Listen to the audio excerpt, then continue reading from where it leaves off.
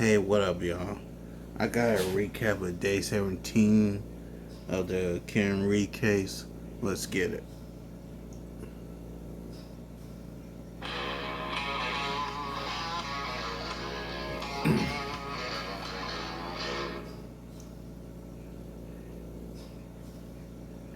Get this volume right.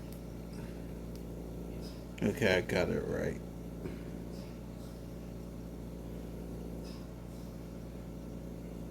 It should come up in a minute or two. Come on.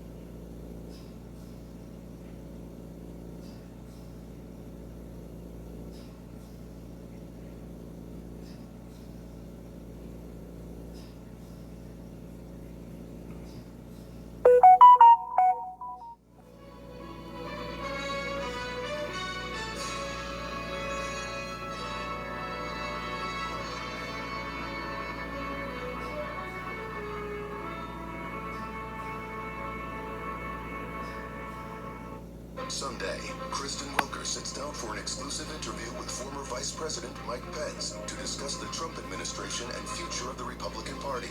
Plus, Treasury Secretary Scott Bessent and Senator Chris Murphy. Sunday only on the Press. Week for physical evidence in the Karen Reed retrial. We'll talk about it with Danny Savalos. Especially the different DNA that was found on John O'Keefe's shoe and why the experts can't say who that DNA belongs to. What all of this could mean for the jury. Join us at 7.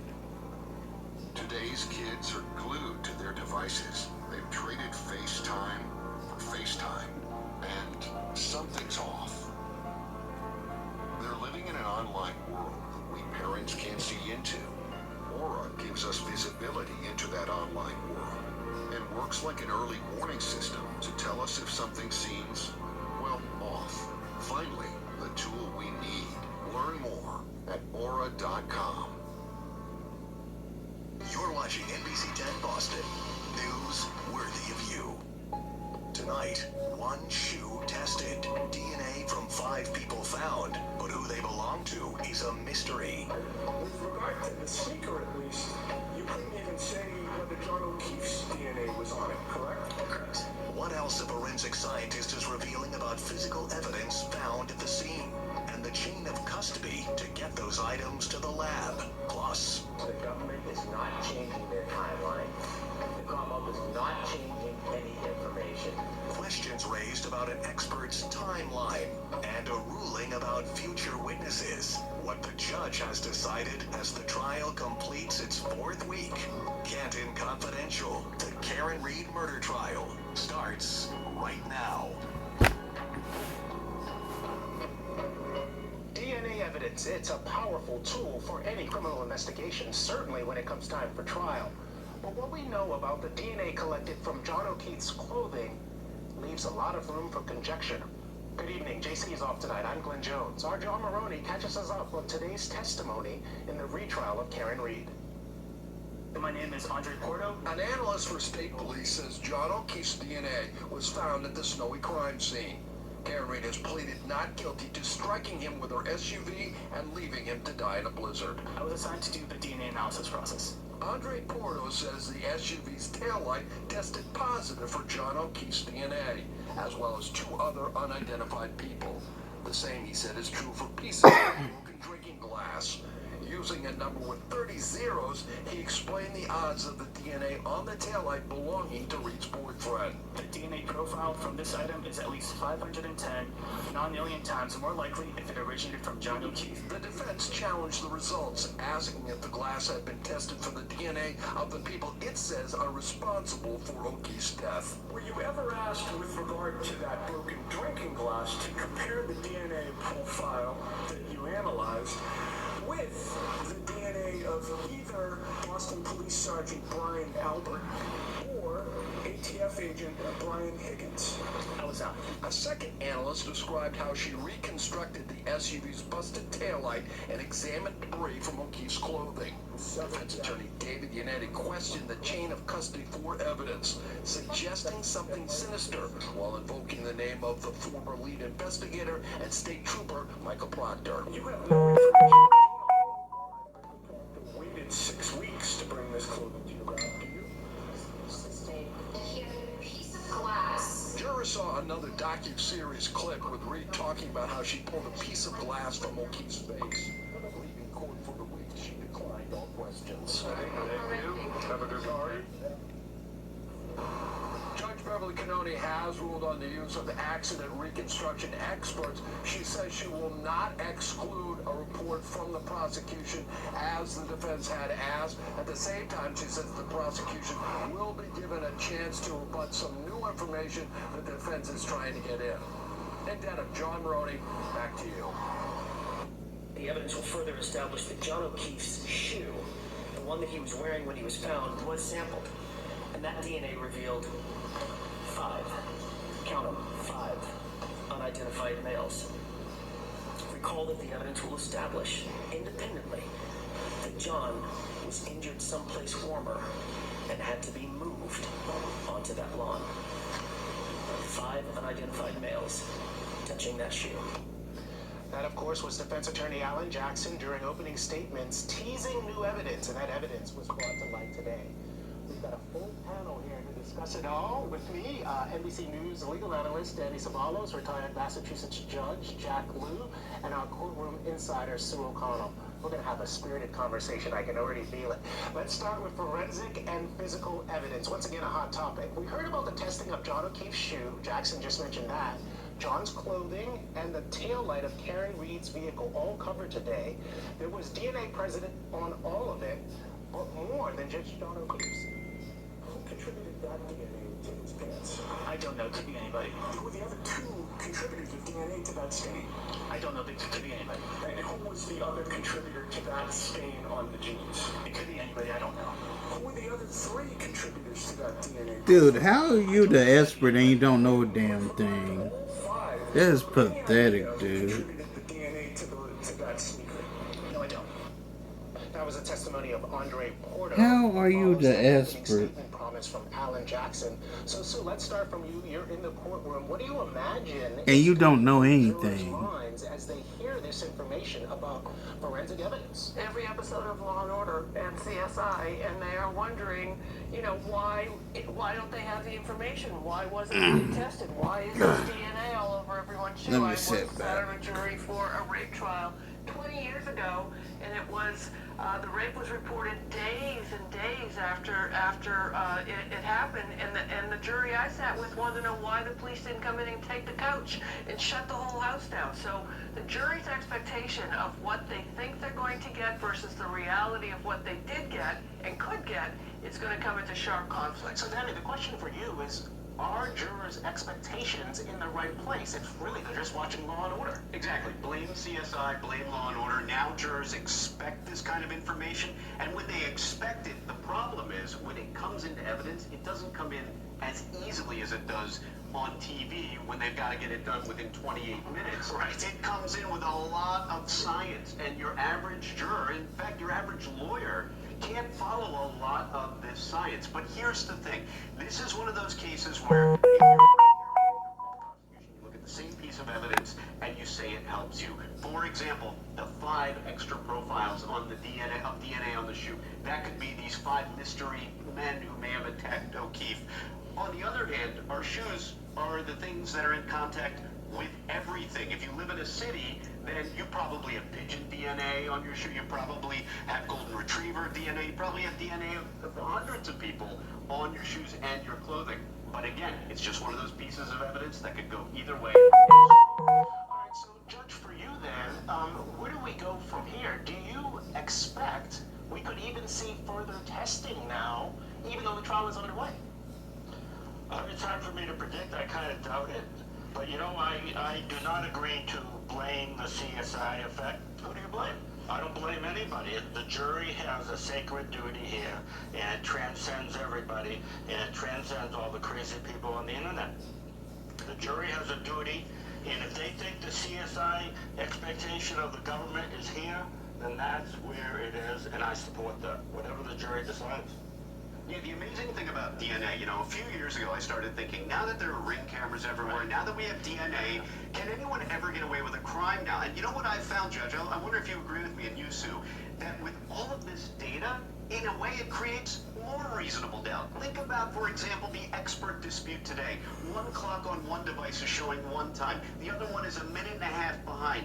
Video everywhere, but no video of this event. And all of this data now may make it even harder to get to reasonable doubt. And who would have ever imagined that back when people first had cameras on their cell phones, back when our phones started tracking us through GPS where we are?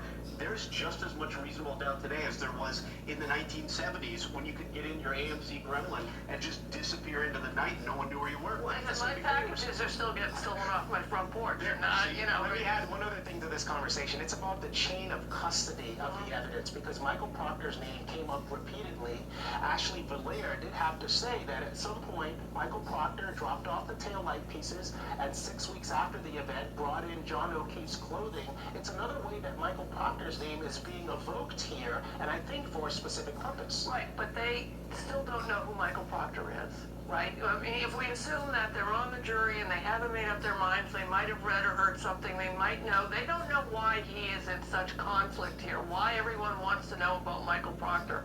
So it is kind of interesting. Every time his name gets entered and gets mentioned, they write it down, and it's almost like they're waiting to see where this is all going to connect when they deliberate. So, Judge, is the questions about law enforcement raising the specter of reasonable doubt for the defense? Well, I'll go with the conventional wisdom. Criminal cases are totally unpredictable. I could easily see a total acquittal, or I could see something in between. It does seem to be a massive overcharge, though, so I wouldn't necessarily be predicting a conviction on all three charges. Okay, Danny, let's dig deeper into the contentious courtroom back and forth today between the prosecution and the defense. The defense argued against an amended report from the prosecution's accident reconstruction experts. Take a listen.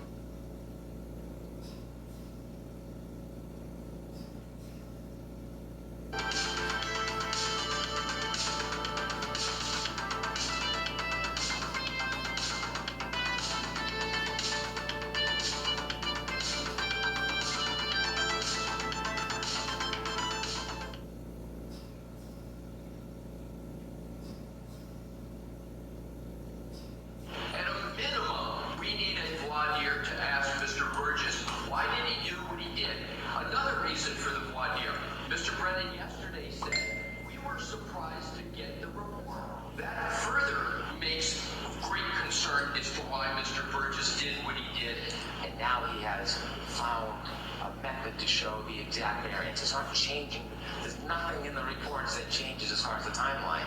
That's just an attempt to cause fear. There's nothing that has changed. We can look at the reports. It's all the same, always has been. All of this happened away from the jury and focused on the Commonwealth's timeline for the alleged motor vehicle strike. The defense expressed concerns that a sequestration order was broken by one of those experts. Ultimately, Judge Cannoni ruled against the defense. Here's part of her ruling. The defendant has not persuaded me of undue surprise or unfair prejudice by this information, and I don't find that there's delayed disclosure. Of course, all of this is ample game for cross-examination. But if after the direct you demonstrate that you need further time, I'll certainly hear you on that. And more importantly, perhaps, if you feel that the testimony of Jen McCabe and the others that you've mentioned is critical and that you need to recall them, I'll hear you on that as well. So a prosecution expert is going to slightly change their findings ahead of testimony. This made the defense very upset. What do you think about the judge's ruling? Yeah, a lot of folks are probably watching thinking there was already a first trial. Here we are a year later, there's another trial, and you're telling me that there's new information that the experts are determining mid-trial? But the reality is, and Judge, you can probably speak to this, surprises come out during trial all the time, even in a retrial like this.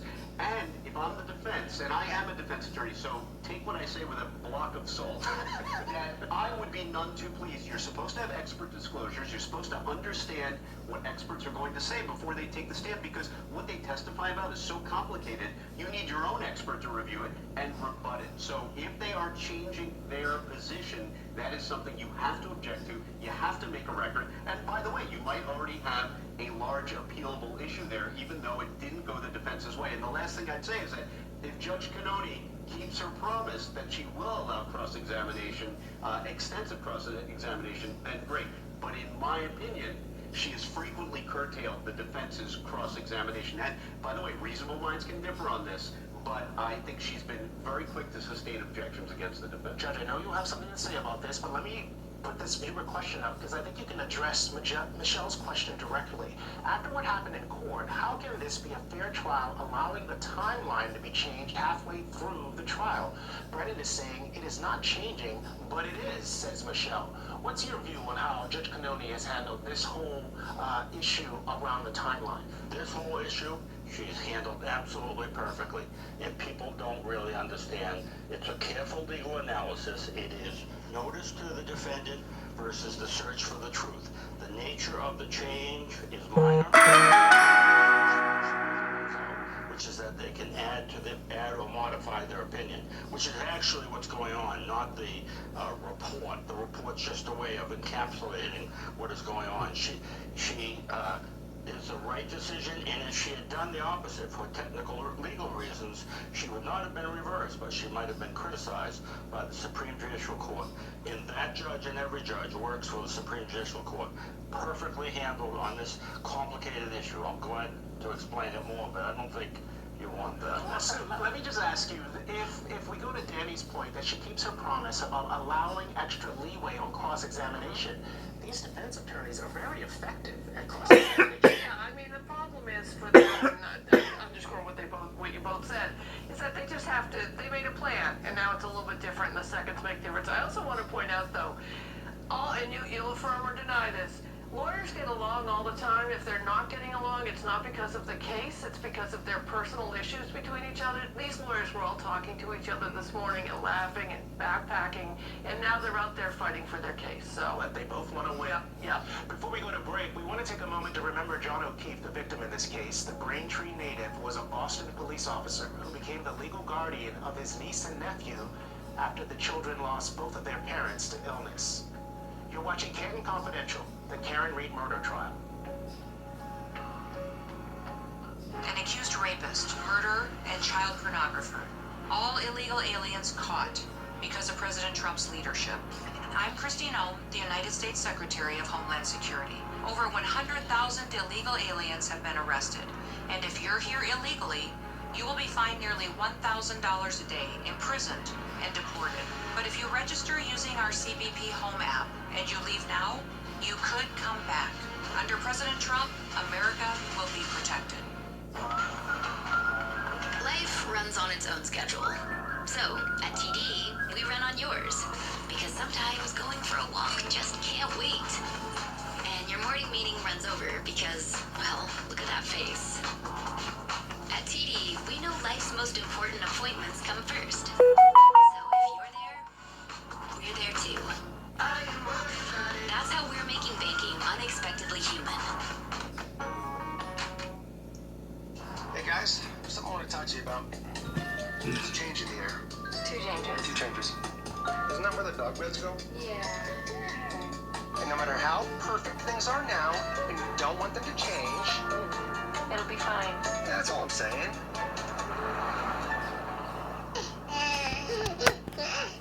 Told you it'd be fine. The 3-row luxury TX. Because everyone should feel like the center of the universe.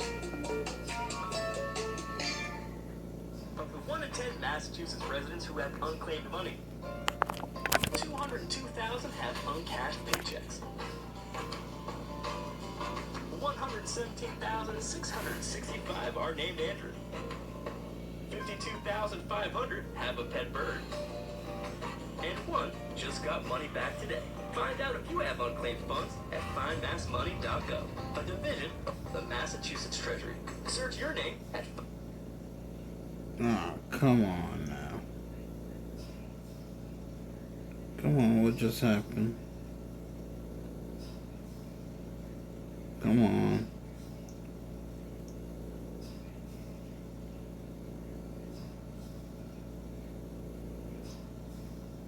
findmassmoney.gov.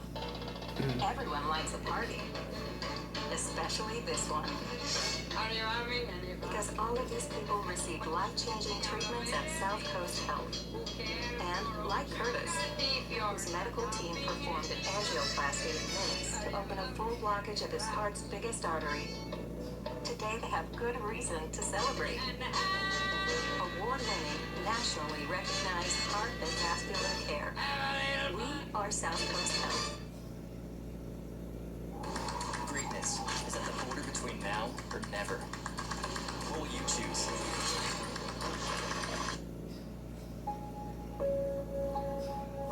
This was a big week for physical and forensic evidence. We learned more about shards of glass, bits of taillight, and hair found on Karen Reed's vehicle. But also that bombshell today about John's clothing and the batch of unknown DNA found on several items. Danny Ceballos, Judge Jack Liu, and Sue O'Connell back with us now. Danny, I guess I'll start with you in this segment because we talked earlier and you said both sides have been leveraging the physical evidence to their benefit. So I guess the question is, who did it more effectively this week? Oh, that's hard to say, but I mean, you take, for example, the hair evidence, right? And where the defense is winning is that they get the jury asking questions that are almost collateral to the prosecution's case, which is, if you're at home wondering, how does a car drive 30 miles in the snow and a piece of hair stays on it, then that means the defense is winning, because they have you focusing on an issue that really doesn't go to the core of the prosecution's case, but if you believe that there's no way a hair could go 30 miles an hour or 30 miles down the road in a blizzard and remain on a car, then you're going to be, when you're deliberating, you're going to say, well, I have doubt. I may have reasonable doubt as a result of something that really doesn't have to do with whether or not Karen Reed drank too much and or backed into John O'Keefe. So when you're looking at the jurors, what is their level of attention to detail when it comes to the physical evidence? Dying today. I was bored out of my mind, and they were all sitting, all 18 of them, paying attention, most of them taking notes. Only one guy is not taking notes consistently. Maybe he's got a photographic memory, but they are paying attention and writing down things that they are finding important. And it has been a long week of testimony between the autopsy photos and that medical testimony and now this. And I gotta say, compared to the last jurors, no offense to you if you're home watching, these jurors are really engaged in watching. Judge Liu, I wanted to ask this of you yesterday, and I didn't get the chance to because you weren't here, but there was a moment in the trial where the judge took a break to allow the jurors some breathing room after taking in those graphic images from the medical examiner's office. Is that something you've encountered before? How do you read what the jury needs in order to do their job well? I think this judge is probably better at it than most people. I think this is a nurturing judge who listens to the tone of her voice. She actually cares, and she's only about 15-20 feet from the jurors, so she's right there with them, and she can sense from their body language how they're experiencing this. To us, it may be not really that big. Well, you're falling asleep, right?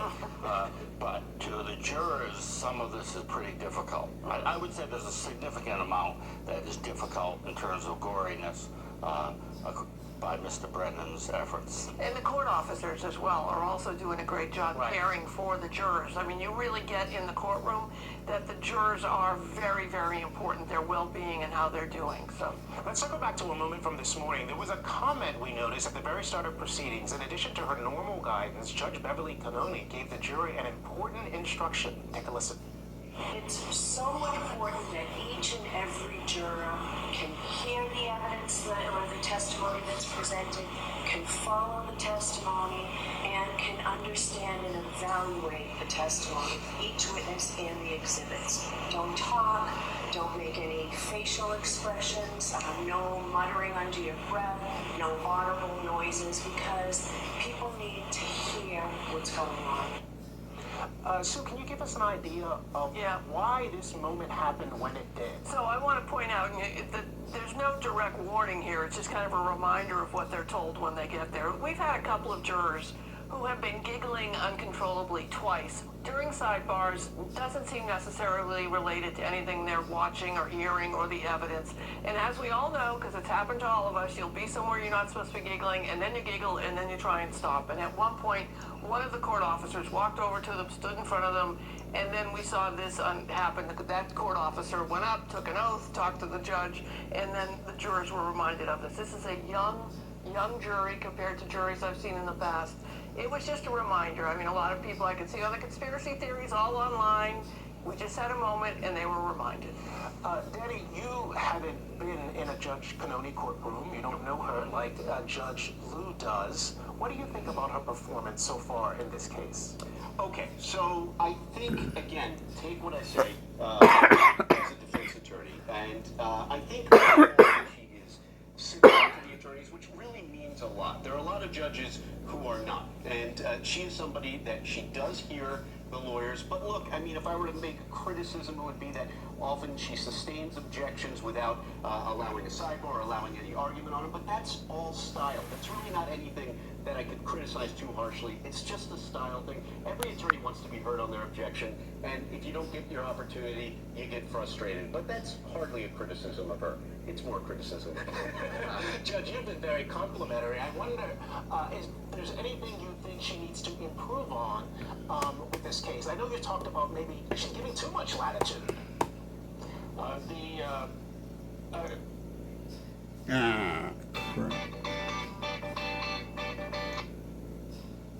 Let me go back.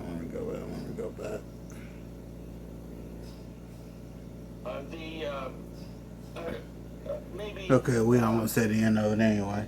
Maybe she should reconsider her FBI agent ruling about the nature of the investigation based on Sergeant Buchanan's outrageous cross-examination, to say it simply.